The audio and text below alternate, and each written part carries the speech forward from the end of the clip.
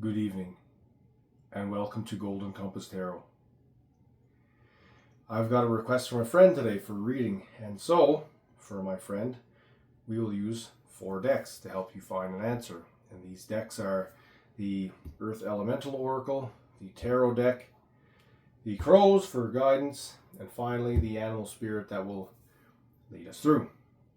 And the combination of these decks builds the story of taking the time to pause and look around at everything that exists in the world to see where we can find our lessons from the land, from within ourselves, to the guardian wisdom spirits, and as well as the natures that drive life on the planet itself.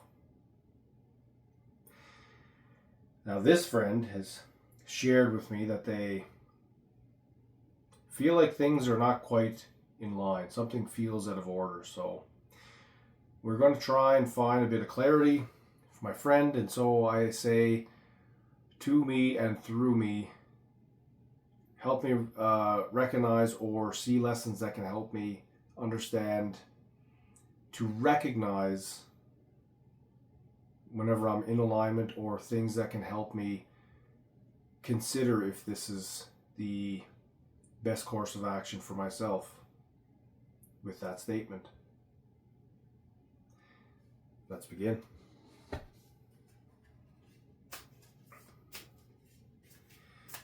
And you'll have to pardon me if I have to once in a while check my notes, because these are several decks, and while I'm familiar with some, I'm not completely familiar with all of them, and so to that I may have to take a quick look at some of the notes I made, because I haven't seen some of these in a while. So I thank you for your patience there.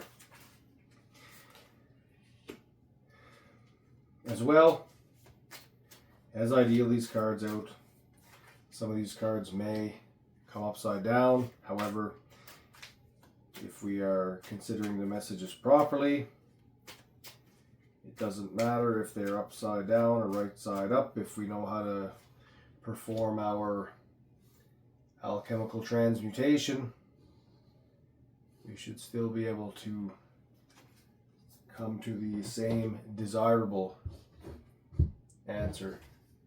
So if you see me draw one and flip it around, that's why. That's the process that I use, because I'm something of an aspiring alchemist, and it encourages me to find a less than desirable solution and turn it into something that's more desirable or workable. And if you've never seen that before, or if you disagree, let me know. If you've found your way into this video, I'd like to hear your thoughts. But before you do, I would also encourage you to see what you think of this process before making a judgment call, because I don't think this is a typical or regular practice. Okay, let's begin. So remember now, as we go through this story, this journey, we're considering what is the wisdom or insights that will help us find more clarity in recognizing our own personal alignment. And our first draw is the Rock. Find your foundation. See what things you absolutely cannot live without. And if they are good, dependable concepts, perspectives, or your physical environment itself. Before we build anything, we always have to have a good solid foundation to build on, otherwise the structure itself will become rickety, frail, or just very unreliable. So let's make sure we get ourselves grounded first, make sure we have a good foundation to lay the rest of our stones on to build. The next card is the Four of Cups.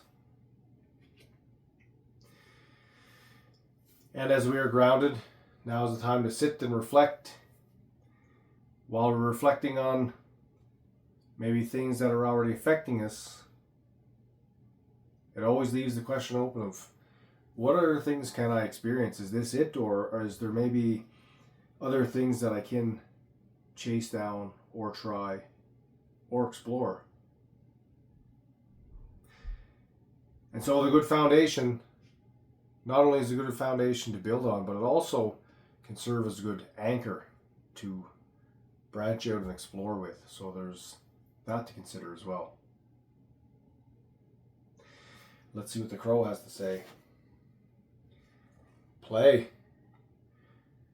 Well, I think I know, I can see which of those two things we just spoke about now. It's becoming a bit more clear. So, play, entertain something new. Be responsible, of course, but try something maybe that you haven't tried, be it a different hobby, a different sport. Try a different community, whatever that looks like. You just never know what kind of people you might find there that you gravitate towards or connect with. And yeah, I mean, it gives you something outside of your own wheelhouse, and it's not always bad. And to wire our brains to accept change. At first, change is very scary, so that's why it's good to have this you can always fall back to. Because sometimes it's not always going to work out.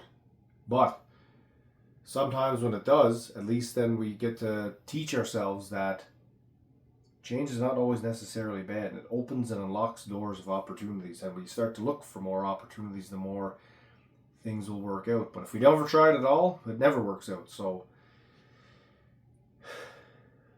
let your curiosity shine, my friend. The next one is the Seven of Cups.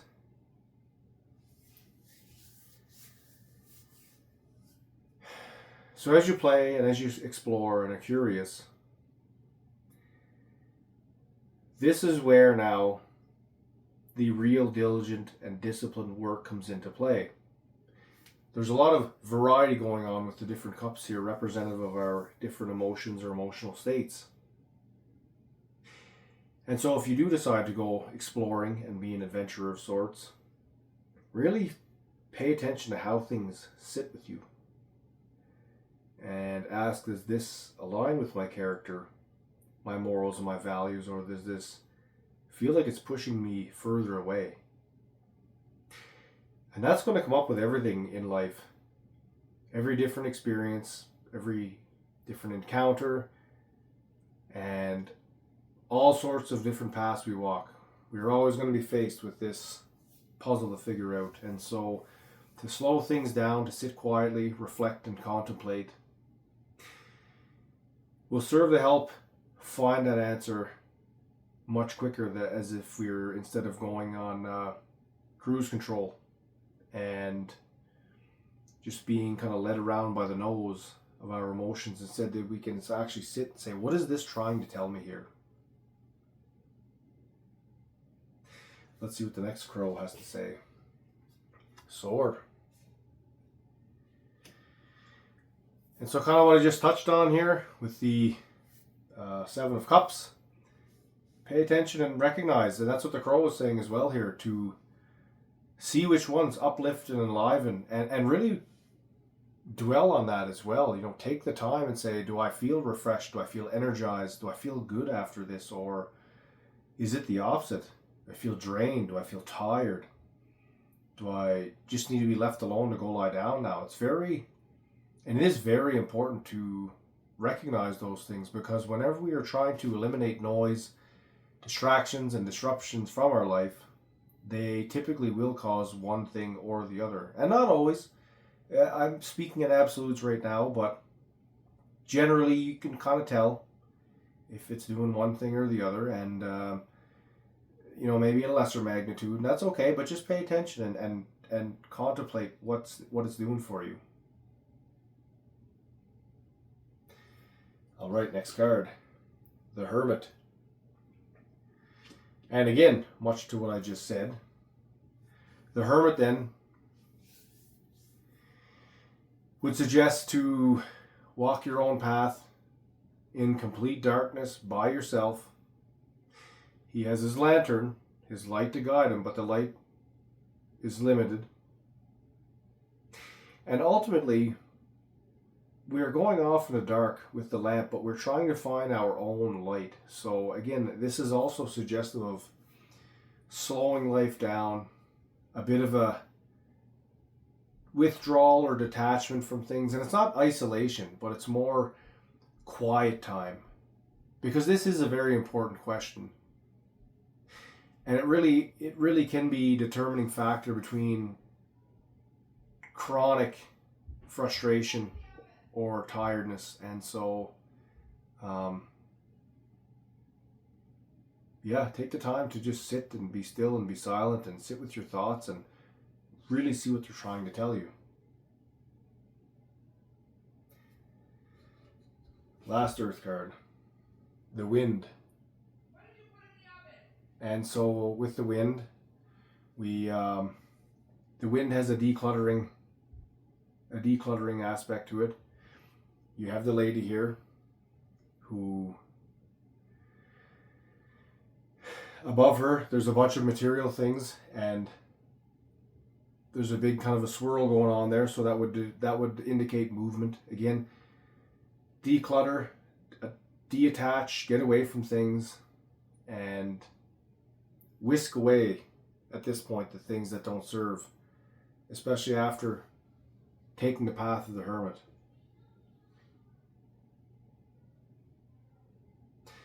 And finally, let's see what the animal that's going to lead us out is going to be. The animal is the wolf. And I can't exactly remember what I had written for the wolf, so I'll just take a quick peek here. I have a good idea, but I just want to make sure. Okay.